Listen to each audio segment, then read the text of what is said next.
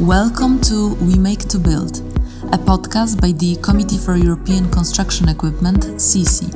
We are the industry organization representing construction equipment manufacturers towards the European Union institutions. The construction equipment sector, it's people, it's innovation, it's young talent, it's us. We produce advanced machinery to build the future of Europe. CECE Podcast, We Make to Build, is a series of episodes, each focusing on a different topic under the umbrella of our motto, We Make to Build. Hello and welcome to the first episode of the CECE Podcast, which carries the hashtag We Make to Build, projecting the construction industry into the future. My name is Mike Hayes. I'm the editor of Construction Europe magazine, and I'm very pleased to be the host of this podcast. As you may have guessed, this session is largely a taste of things to come at the CECE Summit, which will take place on the 21st of October this year.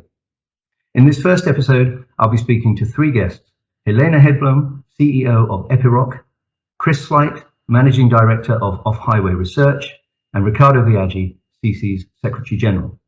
The discussions will basically revolve around the themes of this year's CECE Summit, the industry event organised by CECE and a unique occasion that gathers together business leaders, EU decision makers, partner organisations, and I'm happy to say, journalists, to discuss fundamental changes and opportunities for our industry. This year's event, titled hashtag We Make to Build, Constructing the Europe of Tomorrow, will focus on themes of innovation and future scenarios on the job site, diversity and leadership in the construction sector, the impact of revised legislation on machinery, and latest economic trends.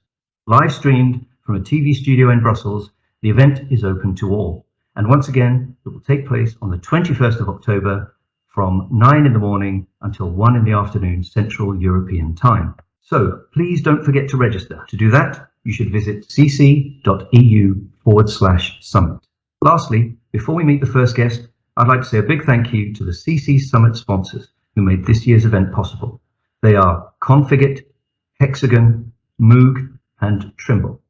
Many thanks to them. Now, one of the major themes at this year's summit will be the issue of diversity in construction. Currently, women comprise only around 14% of the construction workforce, with only 2% working on site. And it's estimated that at the current rate of change, it will take almost 200 years to achieve true gender equality in the industry.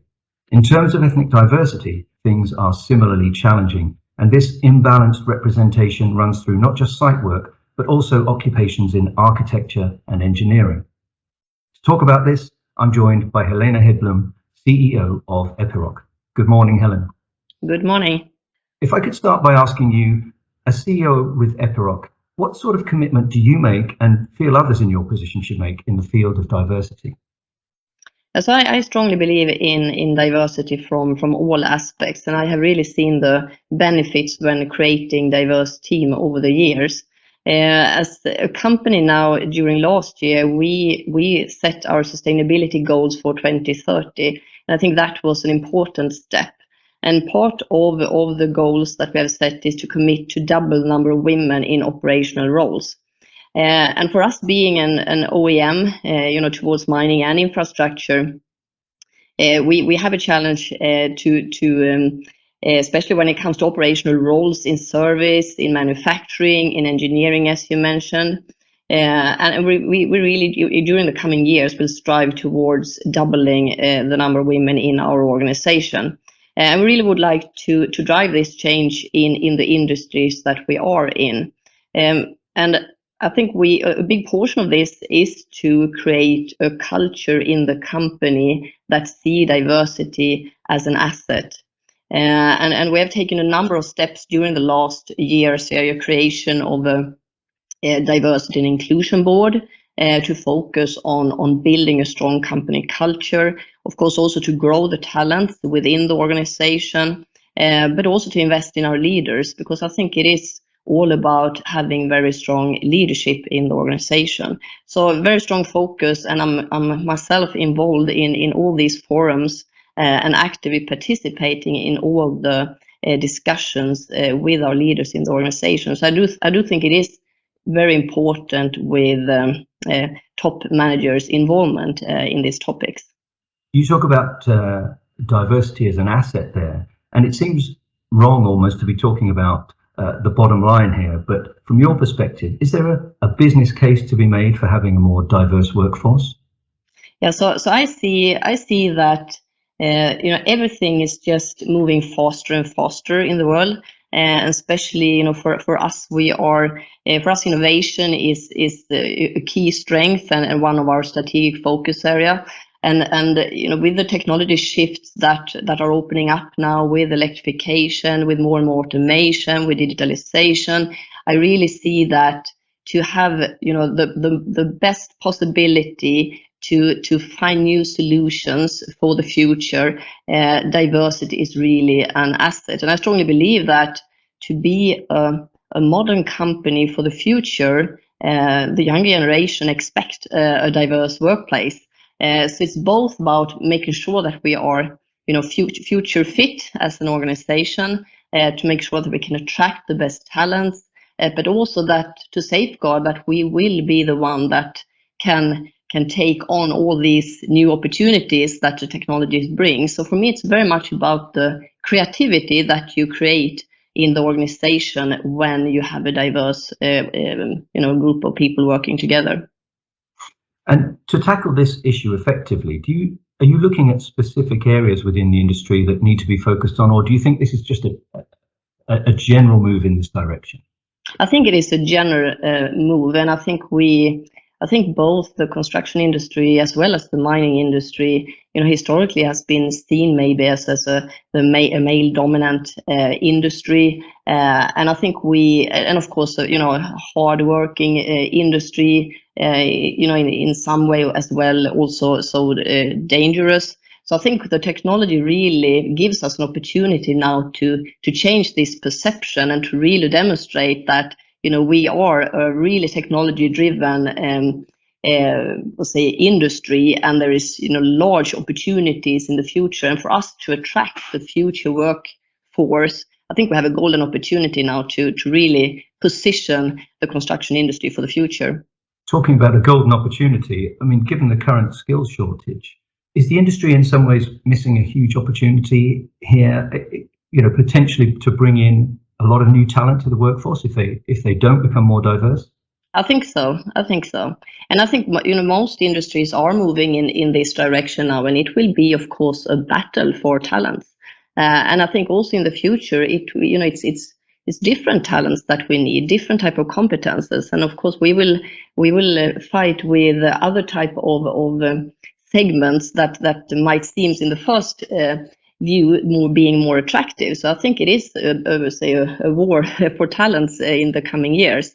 And here I think we have a golden opportunity because it's exciting things ongoing that will shape the future of our industry. So I think we have an opportunity here, but we need to, I think, do a work together, all of us, and work hand in hand, OEMs and engineering companies and customers in these areas to try to transform the industry. Coming back to Epiroc, as a champion of diversity, have you found it challenging making these changes within your company? Yeah, it is challenging, and I think as I said in the beginning there, I think it boils down to the company culture. And we have a very strong company culture around innovation, which in a way is involves a lot of creativity. And that is the way we have positioned this as well. So we have just launched a new vision, which is Dare to Think New, for internal purpose. And I think that has really created a lot of energy, because all of a sudden we are opening up for our employees that it's okay to think new, and we really encourage the organization to think new in small things and in big things, but to constantly challenge status quo and constantly challenge the way we're doing things. I think that is the way that we stay on top of the game, and of course also challenge our bias when it comes to diversity. So we are investing a lot now in training when it comes to unconscious bias, which I think is also important, to help our leaders to embark on this journey. Helena, many thanks for that. I understand one of your colleagues from Epiroc will be speaking at the summit. So We look forward to hearing more on this really important topic at next month's event. Thank you. Thank you. Now, one of the most eagerly anticipated elements of the CECE Summit is the off-highway research presentation, which will be given by the company's MD, Christ Sleight, who is also with me this morning. Good morning, Chris. Morning, Mike. Now, I've been told in no uncertain terms to ensure there are no plot spoilers in this conversation. So we'll tiptoe around the numbers, but perhaps you could tell us just in general terms what we can expect from your presentation at the summit. Well, people who have attended a CECE event before may well have seen the type of presentation I give.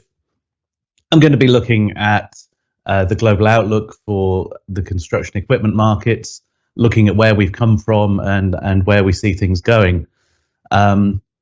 Obviously, where we've come from the last 18 months has been a period that no one in this industry has seen before. There's been a lot of uncertainty, and month to month, it's not really been clear where we're going. But the industry has emerged from the COVID pandemic very strong. In fact, so strong that there's an awful lot more demand for equipment out there than the industry can supply.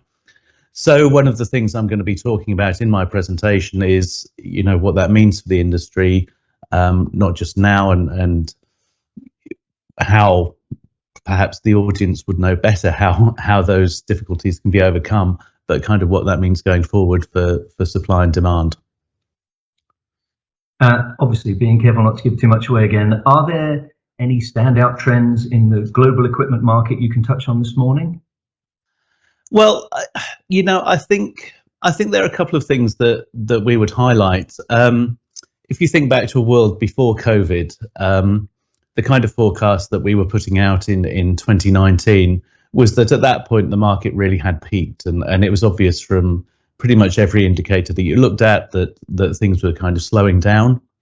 We didn't expect a steep decline in global construction equipment sales, but the market was definitely declining and we were heading for a soft landing.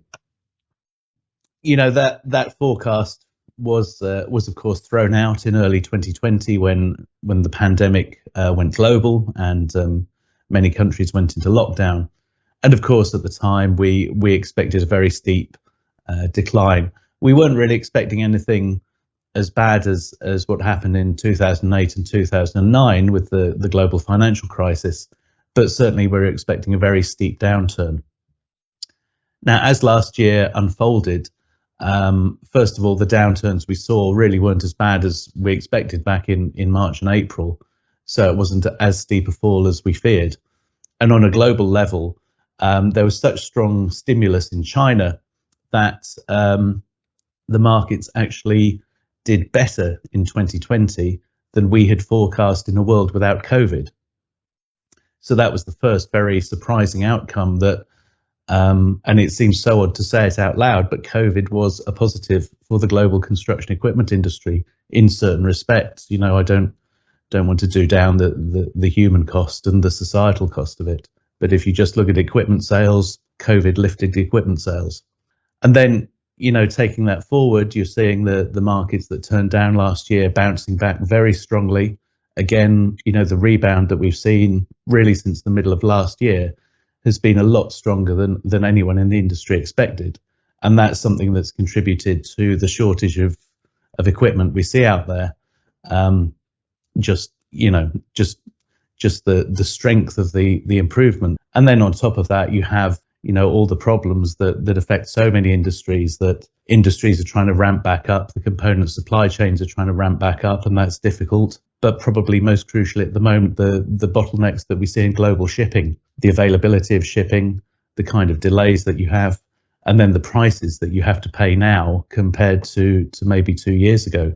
So those are some of the issues that we see in the industry. Certainly the market this year is very strong. We think probably there'll be record sales of construction equipment worldwide this year. And obviously in the summit, I will dig into that in more detail and we'll look at where that high is coming from. But it's certainly the case, we feel, that the record high we'll see this year could have been much, much higher if you didn't have all these bottlenecks and these brakes on growth. Yeah, I mean, digging into that a little bit more, these supply chain issues, which do seem to be hampering what could potentially be a boom time for the industry. Can you say how significant an impact they're having on the European market specifically? It's very difficult to quantify what the European market could have been if we didn't have these problems, other than it certainly could have been higher. I think one of the things that you get in these times of very tight supply is that people over-order anyway because machines are on allocation.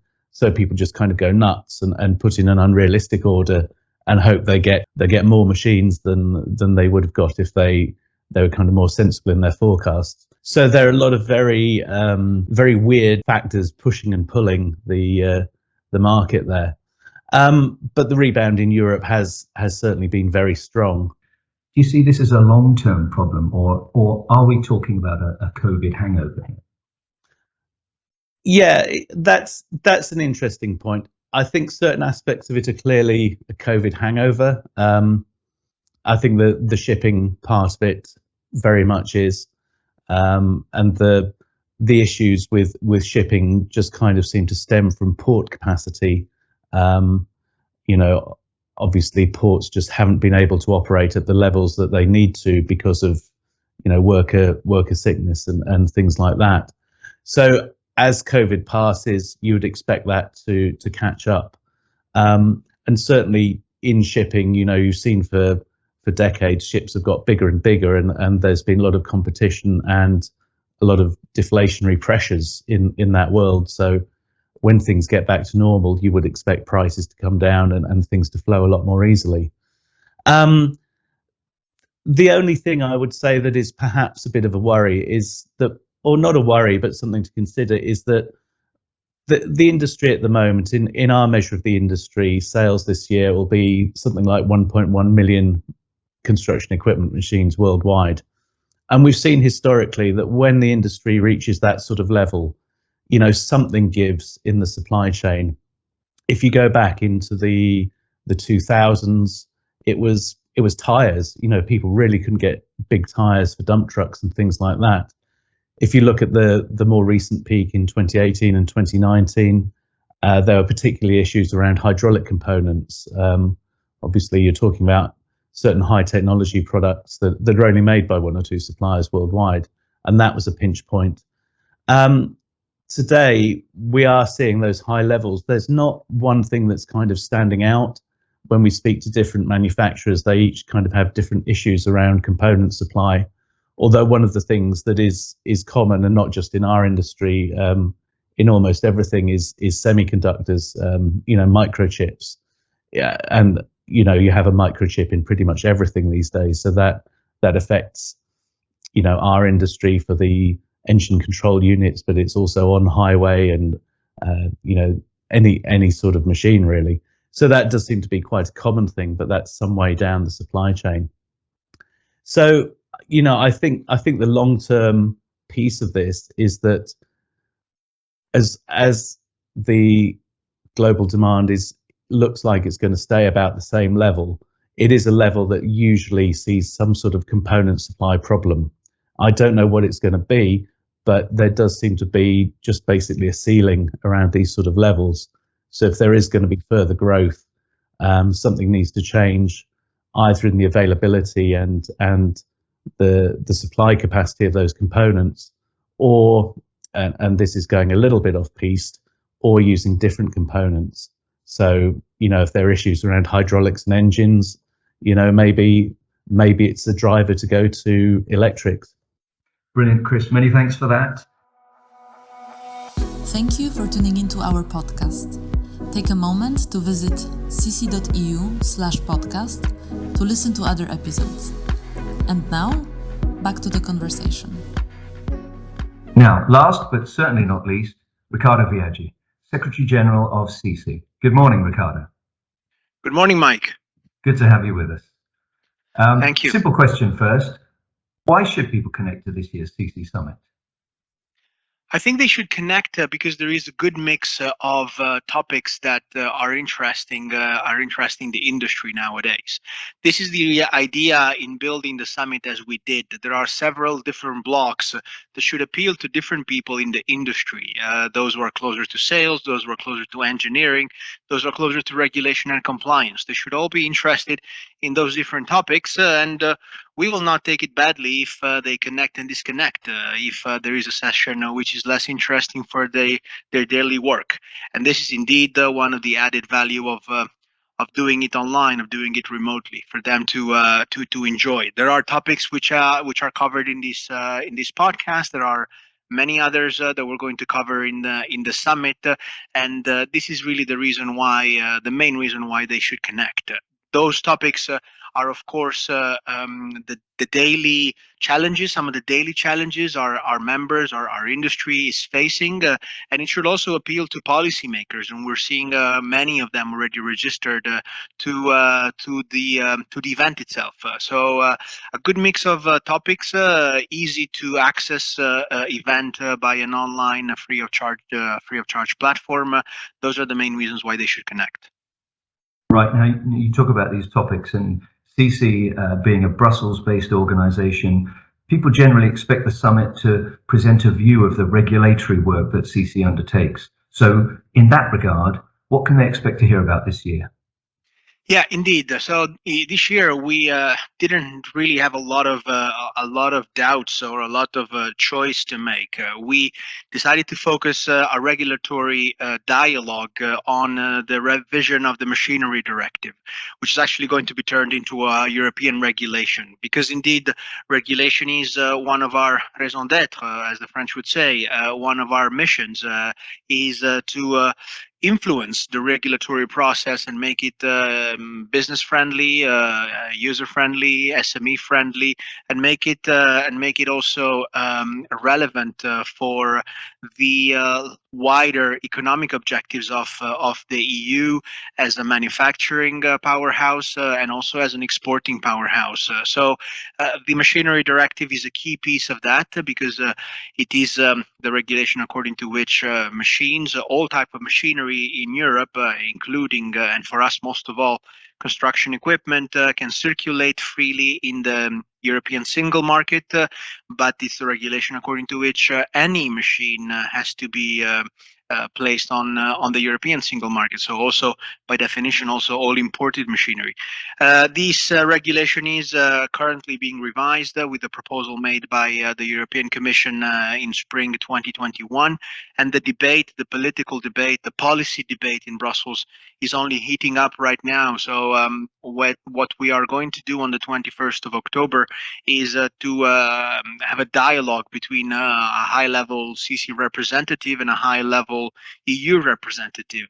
This dialogue should really make it clear how we intend to just inform the debate and bring to the table our opinions, which are summarized in a position paper. That's the tool that we use as CECE, and then understand what the policymakers are starting to discuss already. We know that the discussion has started already in the Parliament and in the European Council. We want to be informed of how this discussion is evolving. We want to be informed for the sake of transparency. So that idea of transparency translates in this regulatory dialogue that we are hosting as part of the summit program.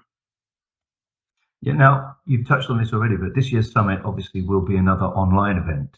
Why is that? What's the current thinking regarding future CECE events? Is this a model that works and that you're happy to continue using?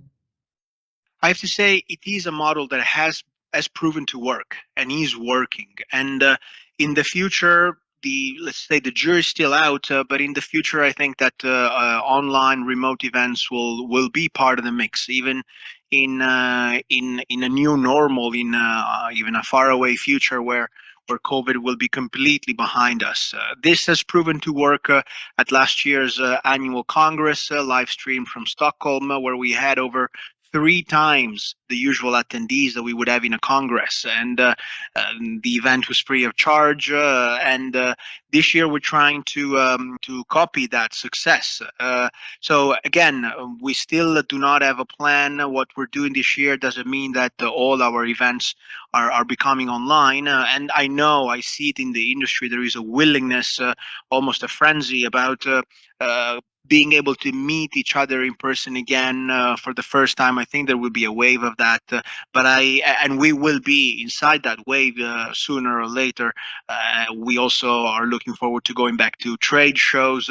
But the new normal will have a digital, remote, live streaming element for sure, and we know that this will be the case because it has proven to work, because it is much more efficient, much more effective, much better, in my opinion, at least, much better value for money. I'm not, let's say, downplaying the element of networking, not at all, but there are other elements which make online events much more, much better value for money. So I think that only after a bit more consideration, we will come to a clear understanding on the future. I think there will be a wave of in-person events. It's already coming up, but I think that we have to exploit the digital technologies that are at our disposal for events, for discussions, for workshops that are the nuts and bolts of policy, are the nuts and bolts of our role as an industry association. The new normal, absolutely. And finally, Riccardo, as someone living and working in the political heart of the EU, do you personally have a sense of optimism for the European construction sector, or do you feel we have some hard times ahead?